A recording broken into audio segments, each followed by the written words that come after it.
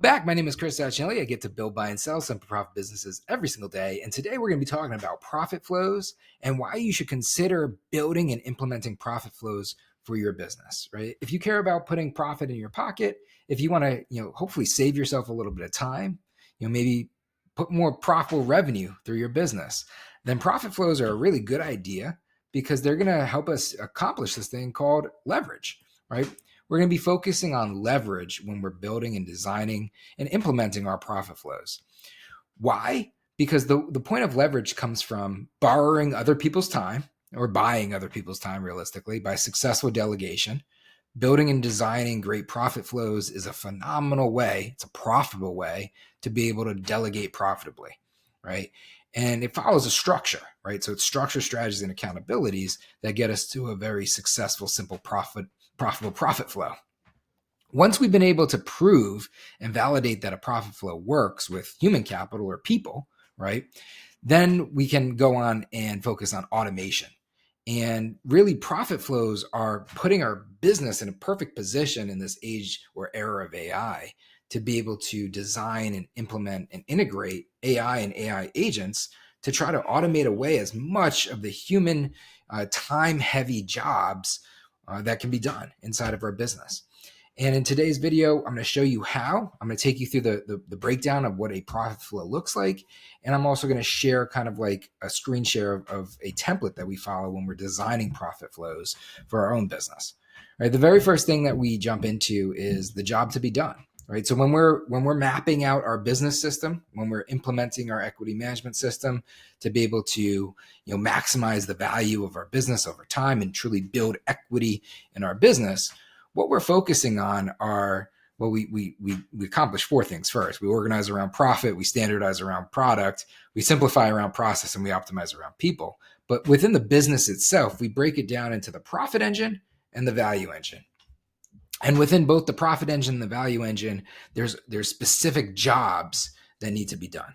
So the very first thing that we want to do when we start building our profit flow is to identify very specifically where in our business we're focusing and what job we're focusing on building a profit flow for, right? What is the job that needs to be done?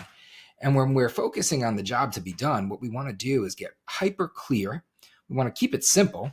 So we'll break it down into what it is, describing the very specific task or process that needs to be completed. We're going to explain why it's important and why it matters to the bigger, broader business. And we're going to get very, very specific and intentional in terms of the outcomes that we're looking to achieve. And the most important thing about all of this is really the outcome, because that's what we're trying to identify, is the outcomes that we're looking to achieve for our business by these jobs getting done. And then by successfully building the profit flow, we can then get back and we can either delegate or eventually automate away each of these jobs, right? The better we build our profit flows, the better and more specific we are, the better and clearer and simpler it is to follow. Hopefully, the more risk we're taking out of our business as well, right? We want to make it teachable, right? We want to make it valuable, and we want to make it, scalable, repeatable, right? Because we're trying to build assets for our business as we're building each one of these profit flows. So the first thing, again, is that job to be done. We want to identify it. And then we want to get into a very specific scope of work, because the thing is, we have to build these profit flows. So when we're providing this specific scope of work, think of it as like a project checklist in a sense. It's a scope of work, right? We're creating a scope of work for ourselves to be able to execute and set up this profit flow. Now, pro tip, even though it's the second thing here, what I like to do is to provide like a general outline of the scope of work, kind of get an assessment of what it is that we're looking to accomplish. And then I look to go through the rest of the profit flow, actually build them, develop them, design them, get them to a finished state, and then circle back and finalize the scope of work so that it's very specific prior to handing it off to anybody to actually start going off and doing. Right? But we're going to get specific into the goals and the outcomes. We're going to identify all the inputs that are needed to get started, right? So like what resources do we actually need? Who is this being designed for? What's the target audience? What are the tools, right? What roles and responsibilities are going to get broken down, the success metrics, the SOPs that already exist that we're going to be integrating in, and then how we're going to track everything, risk management, contingency plans, and then also we're going to try to be proactive in terms of identifying opportunities to automate away some of the stuff from the very beginning. Because where we're trying to trend towards is anything that we can automate is ultimately time that we can reclaim. And that's a great investment in which we can make in our business as we're converting our business into more of an asset and we're trying to drive profitable revenue and take away risk, right? Because when we drive profitable revenue and we reduce risk, what we're really doing is building equity inside of our business. And that's our goal, is to build equity, right? So that eventually we can unlock capital.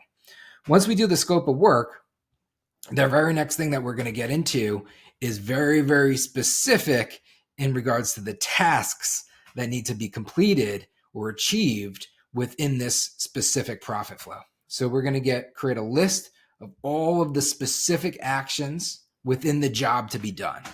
And again, when we're thinking about the job to be done, think about it as a true series of processes, a series of workflows, right? That's why we call them profit flows, because they're really a series of workflows that work together, right, to generate profit in our business, right?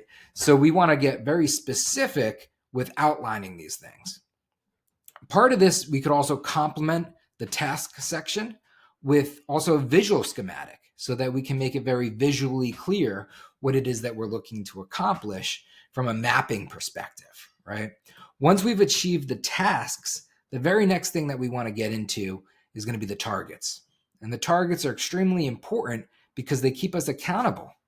The targets are going to be what ultimately are the inputs to outputs, the inputs to the targets to the outputs to know whether or not, what we're doing is working. And if we're making the right types of investments in our business, and if we're benchmarking in the right direction, right? Because we always measure what matters. We know that we're always measuring what matters. That's part of the organize around profit, portion of our 4 pillars of the equity management system.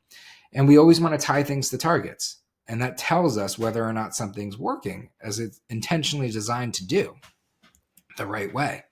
Right. So we want to take our tasks, and then we want to bring our tasks down to targets so that we can, again, back them into the outputs, which were, originally designed within the job to be done, right? Are we actually achieving the job, that we intended to achieve in the first place, right? Once we are able to get through the targets, then we want to get into tools, right? We want to start to map out and identify all of the tools, inventorying all the tools that we currently have in use, right? So what are we currently using and what do we intend to use?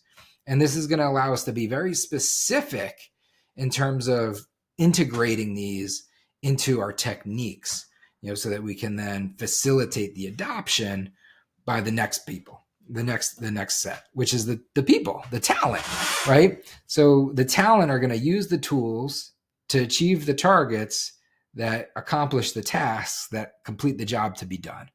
Right. So we're going to identify and we're going to get very specific in terms of the talent, right? Who's doing what, true roles and responsibilities, so that folks understand, both a decision matrix, right? How are decisions getting made within this profit flow, and then also ownership, right? So that it's very clear, who owns what, and we can stay and support and complement our respective lanes as we're accomplishing this job to be done.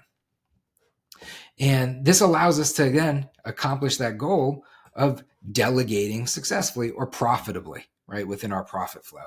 So that eventually what we can start to do is, integrate them or implement these profit flows and start to map out and execute all of the techniques, right? So the techniques are going to be all of the very specific series of actions, right? These come back to the SOPs, standard operating procedures, that folks are going to, follow in the form of a step-by-step true instruction to be able to achieve and navigate through each of these series of processes that kind of integrate together to achieve the targets, within the tasks to get that job done, right? So the techniques, the way that we like to approach them, typically what we'll do is we'll do all of the pre-work in terms of scoping up until this point. So we're going to complete the job to be done, very specific with that, right? We're going to go through the scope of work, very, very, very specific, right? We're going to get to the tasks, hyper specific, targets specific to each task,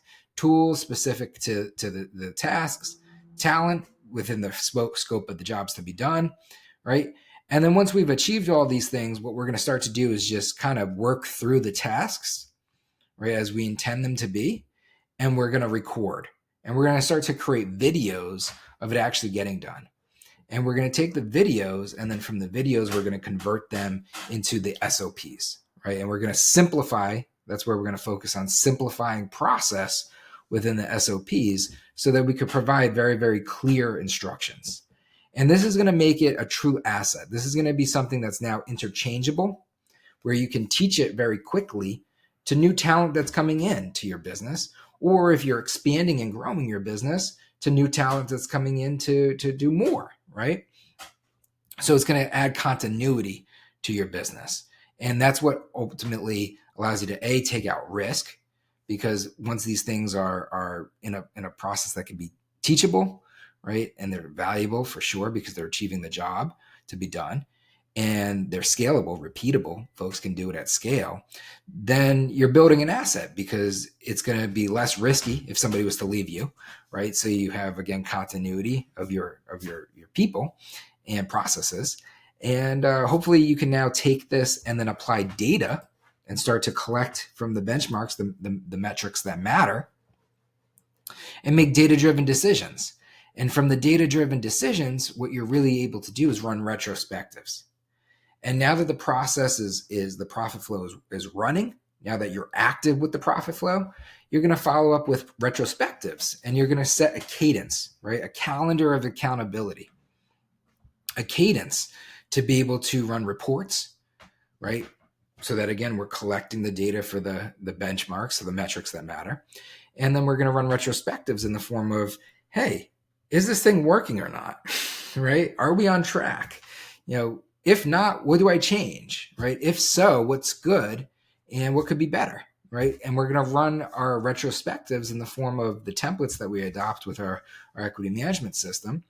And you can do these retrospectives asynchronously, where you're asking folks to just record a video going through it. But you want to force folks to, or you want to put a structure in place where folks have intentional time to review and reflect on the work that they're doing, the job that they're looking to achieve, the job to be done, right?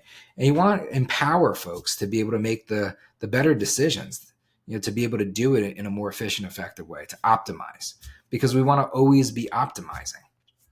By running these retrospectives, we're identifying areas for improvement, right? And the areas for improvement are also the areas for automation. So it's from running these retrospectives and from being able to collect the data and make better decisions that we can now start to implement the automations. And the automations go from simple existing trigger-based workflow automations to better support some of the tedious processes that may be in place within the profit flow and take some of the manual time and labor out of it, all the way through to teach and training, which, because you've designed a profit flow in the form and function that we've set out in this framework, we've made it simple or easier for you to actually teach and train AI and AI agents to be able to achieve these jobs to be done.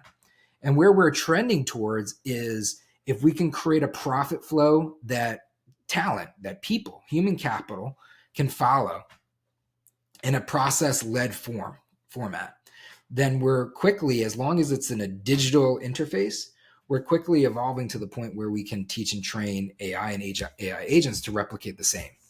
And that's truly making it teachable, valuable, and scalable, right? Especially for profit-led businesses. There's a tremendous amount of cost savings, and it's not about, getting rid of people, right?